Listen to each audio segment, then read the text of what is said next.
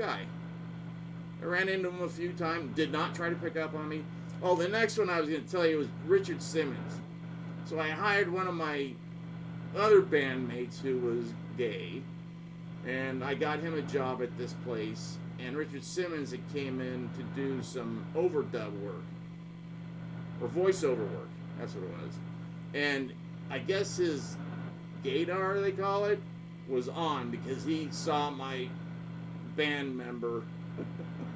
I can't say too much because he doesn't like to be outed like that.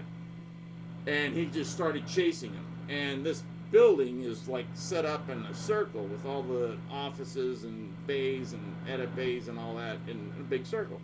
And in the middle is all the machines, all the tape machines. So Richard Simmons is chasing my friend around and around and around, and Richard's screaming like a girl, oh, I'm going to kiss you when I get you, oh, I'm going to just like and kiss you. And my friend's just like, dude, what do I do? What do I do? I go, stop. And he stopped, and Richard grabbed him, and they fell on the floor, and Richard's trying to, kiss him. And everybody's just like standing there looking like just shocked. And I'm like, you think this is a good idea? Richard, Mr. Simmons? He goes, oh, I'm just having fun. And he gets up and he, straightens himself. He wasn't in his little shorts or anything. It's just regular clothes. He goes, I was just having fun. I think I know this guy. And I looked at my friend and he's like, I'm like, okay, well, see ya. And I went. There's a quick one. Funny though. It was funny as hell to see. And everybody was just like in shock. It's like, what is happening? And then everybody came in like, is your friend, is he gay? I'm like, I don't know, ask him. Like, he never told me. Of course he was. I like having gay bandmates because more girls. All the girls, it's like, oh, wow. It's like, even if they wanted, I'm gay, me. Gay, ugly, stupid, me. And I always was the best looking one, even when there was no gay guys. And, the only other band member that the girls would go after would be Tony and Jay. So that was always fun.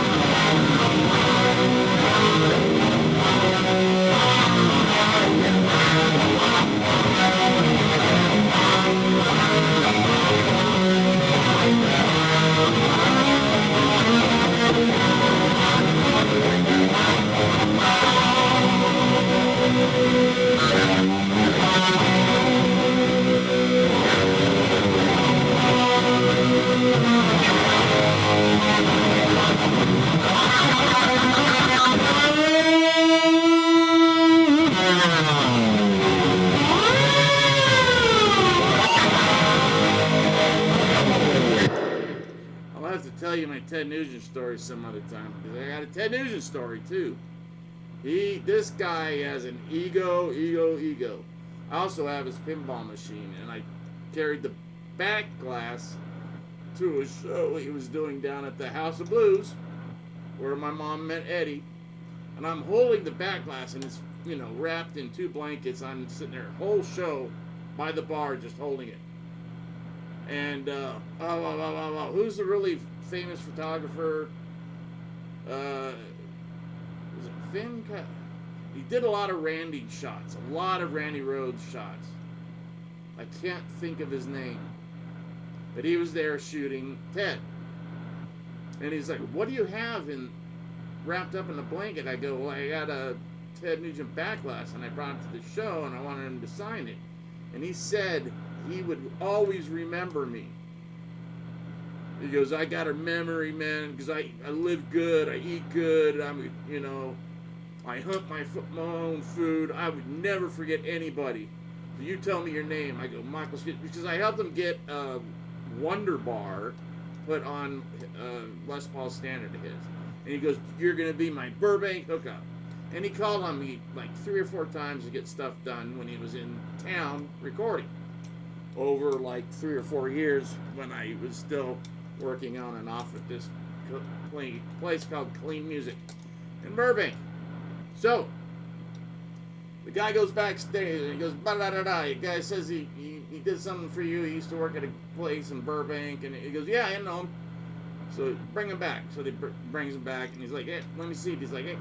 He goes, what's this up here? Somebody else signed it." I go, "Oh, before I got this machine, it was Axl Rose. He owned it. And I guess you guys got in a fight." He goes, "Yeah, he's a effing beep, beep, beep, beep, beep, beep, beep." They did not like each other. And so Axl was so pissed, he just sold it. Thank goodness he didn't destroy it. He just sold it. And so I bought it for $350. And it didn't work. I had to get it fixed, and that cost another 100 and something. This was, you know, a long time ago. This was like 98, 99. So, you know, this is like now, I don't know, 2002 or 1 is when I'm getting it signed. So I go backstage, and he goes, "Hey." I go, "You don't remember, do you really remember me?" He goes, "Michael, Clean Music. You're the one that got the, that wing bar wonder thing put on my guitar for me. It worked great. I recorded Little Miss Dangerous with it," and he started naming these albums. I'm like, "Don't have any of them, but hey, cool."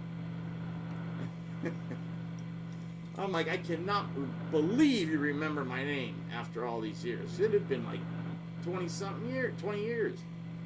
And he's met millions of people, and he remembered my name? That's crazy.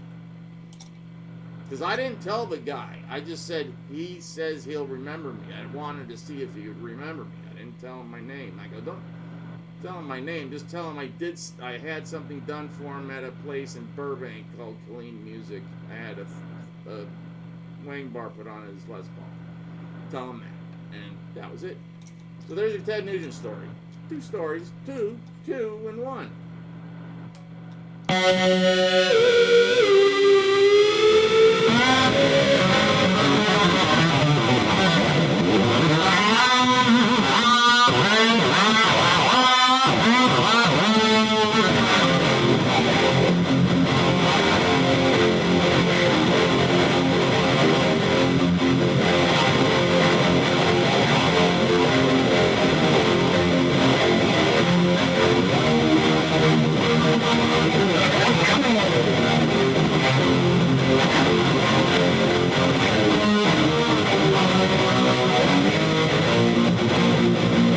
How does Lights Out in London go? Is it that, or is it...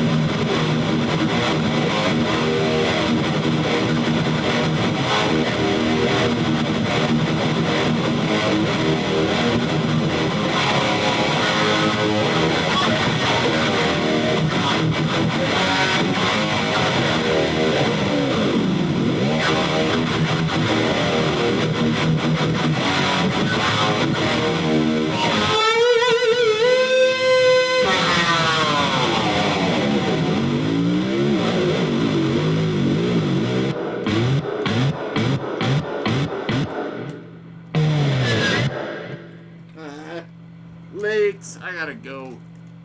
I had to go like a while ago, and I'm really tired. So I almost got in a car accident, a really bad one last night. I'll tell you about that later sometime, if I can remember. I'll remember, because I got involved in it now. Because I just gave the guy my name and phone number as a witness. I wasn't involved at all. And then my friggin' insurance company calls up and wants a statement from me. Why? Why? Oh man, I swear I could get me a load of killing.